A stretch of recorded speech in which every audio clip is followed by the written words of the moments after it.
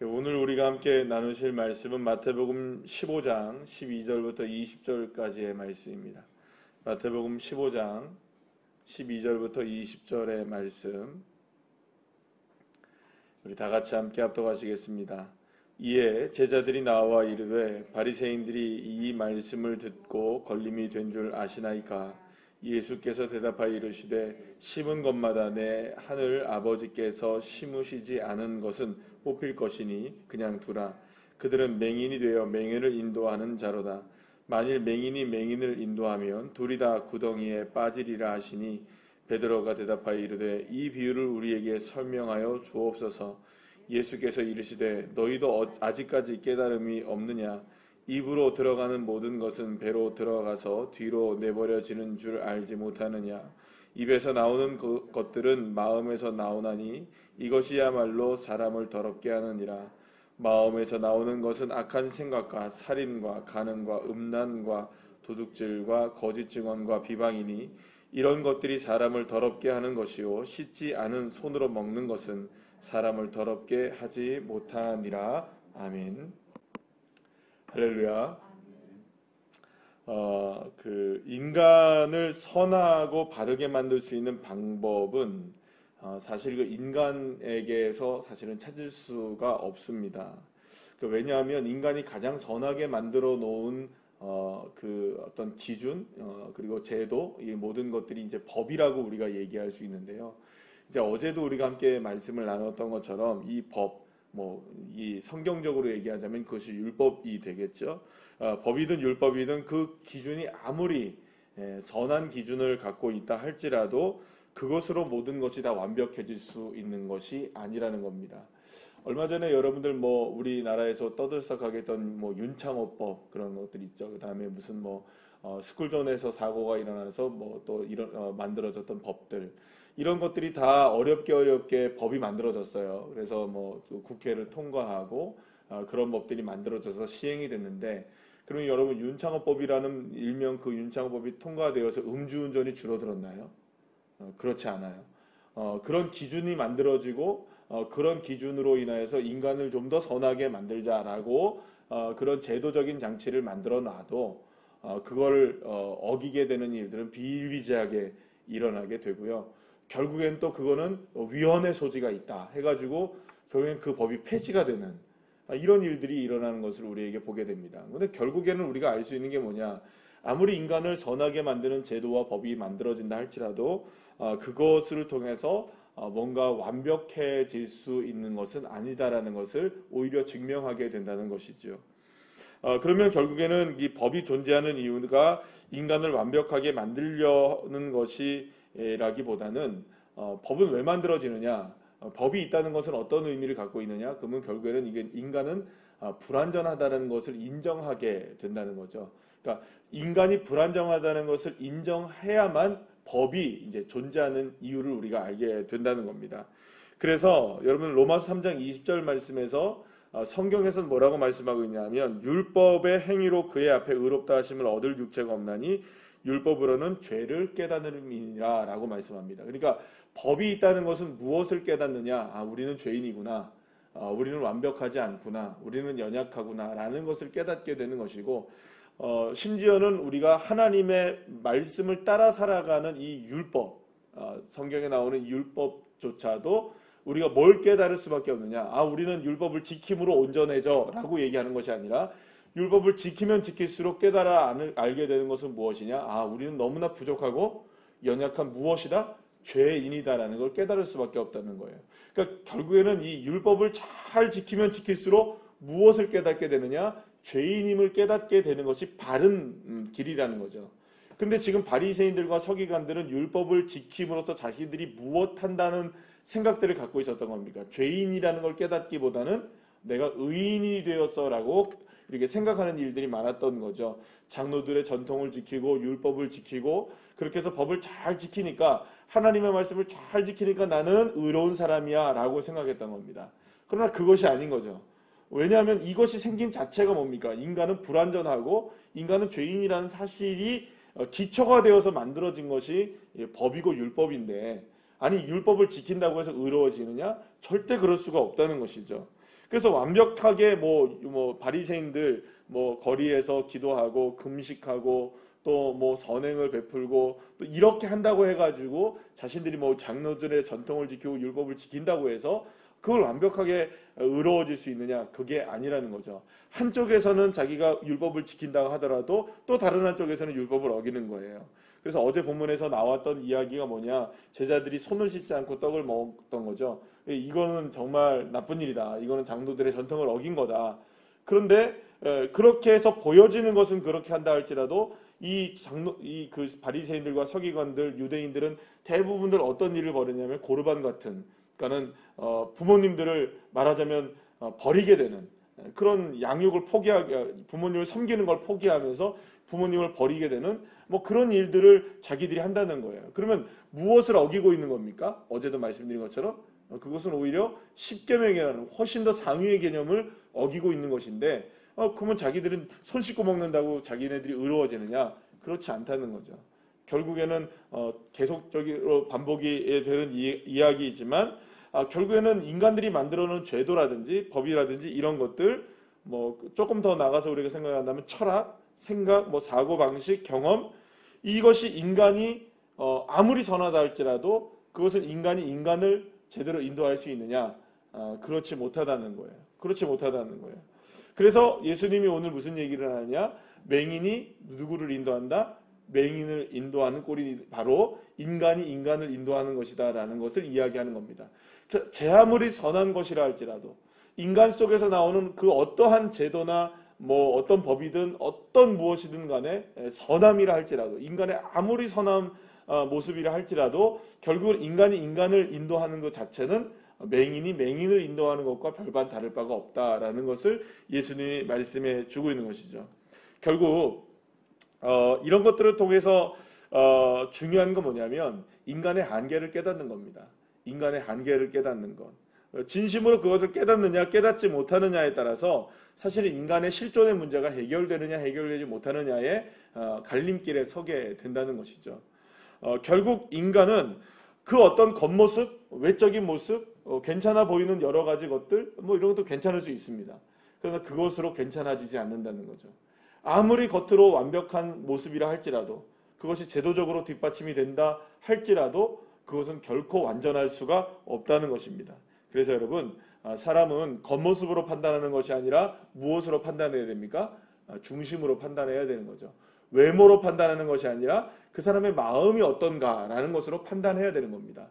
자, 그렇다면 우리의 마음은 또 어떠느냐? 여러분, 마음은 선합니까? 그렇지 않다는 거예요.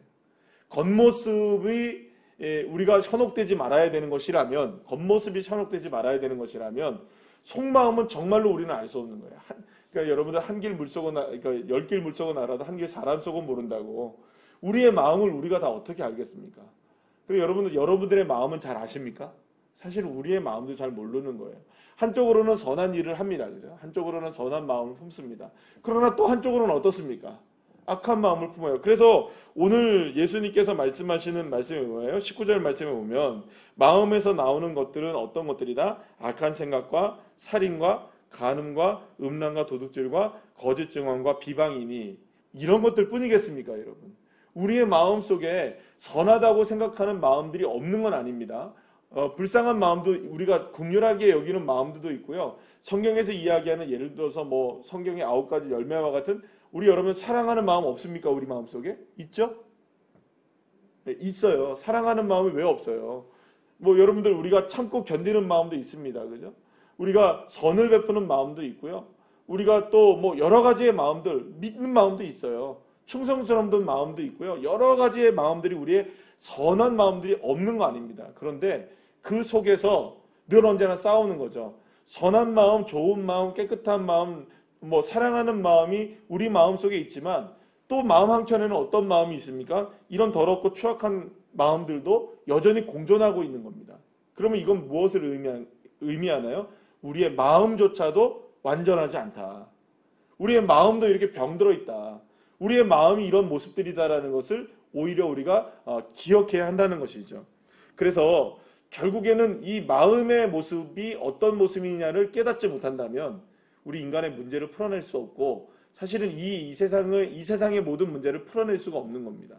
여러분, 우리가 이건 정치 얘기는 아니고요. 대통령이 잘 하면 그 다음에 또 다른 그 당이 또 정권을 잡겠죠? 다음에 선거에서 이번 당이 잘하면 그 다음에도 찍어줄 거예요. 그런데 잘못하면 우리 어떻게 합니까? 한번 바꿔보자 하고 바꾸죠? 바꿔봐도 별 소용이 있습니까? 없습니까? 별로 없어요. 바뀌는 게 없는 것 같아요. 그러면 내년에 다음에 또 바꿔요. 또 바뀌면 괜찮습니까? 똑같아요. 왜 똑같을까요, 여러분? 죄송합니다. 새벽부터. 그놈이 그놈이니까. 예. 다 똑같은 놈들이니까. 사람이 다 똑같은 거예요. 아무리 선하고 아무리 착한 사람이라 할지라도 그 마음에 있는 것들이, 악한 생각이 우리 안에 사라지지 않게 된다면, 인간을 바꾸고 제도를 바꾸고 한다고 해서 사회가 바뀌고 세상이 바뀌느냐? 그렇지 않다는 거죠. 결국엔 무엇으로부터, 아주 어려운 일이지만 사회를 바꾸자 안 되는 거예요. 어디서부터 될까요? 정당을 바꾸자? 아니에요. 법을 바꾸자? 아니에요. 사람을 먼저 바꿔야 되는 거예요. 사람이 안 바뀌면 안 되는 거예요. 그럼 누구를 바꾸냐? 누구를 바꿔야 될까요, 여러분? 우리 가족에서 누구를 바꿔야 될까요? 남편이 바뀌어야죠. 자녀들이 바꿔야죠. 아니요. 내가 바뀌어야 되는 거예요. 그럼 내가 무엇으로부터 바뀌어야 되는 걸까요? 내가 죄인이라는 걸 깨닫고, 내가 연약한 모습의 삶이라는 걸 깨닫고, 아무리 내가 선을 행하여도 선을 행할 수 없는 연약한 죄인이라는 사실을 깨달을 때에, 거기서부터 시작되는 그 인간의 변화가, 사실은 인간의 한 사람의 변화가 가정을 변화시키는 것이고, 가정이 사회를 변화시키고 세상을 변화시키는 것이죠. 그래서 우리에게 필요한 건 뭐냐? 우리가 온전하게 내 이런 연약한 나의 마음, 이 죄인됨을 깨닫는 것으로부터 사실은 모든 변화의 시작은 거기에서부터 있는 겁니다. 그래서 여러분, 사랑하는 여러분, 예수님이 하실 일이 무엇입니까? 마태복음에 지금 우리가 말씀을 계속 쭉 이어나가는 과정 속에서 미래에 있을 일이죠. 그죠? 지금 오늘 15장이니까 쭉 나가면서 앞으로 예수님이 하셔야 될 일은 뭘까요? 그려지시나요? 앞으로 예수님이 하셔야 될 일은 뭐예요?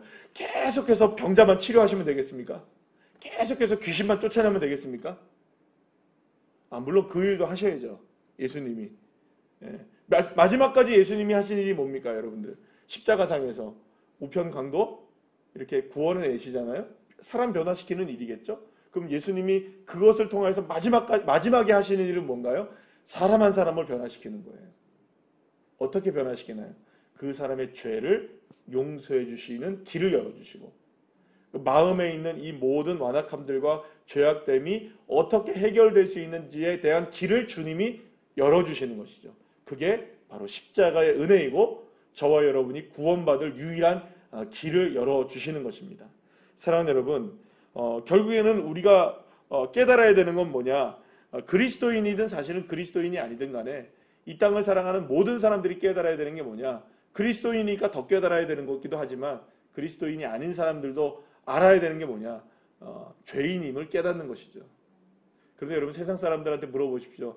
교회 다니기 싫어하는 사람들한테 자꾸 교회 다니면 죄인이라고 얘기하니까 싫다는 거예요. 그런 말들 여러분들 들어보셨나요?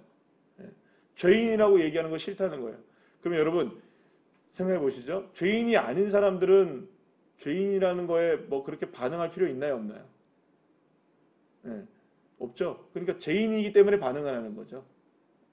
그러니까 우리는 똑같은 죄인이어도, 그리스도인들은 똑같은 죄인이어도 죄를 해결할 방법을 누구에게 찾았습니까?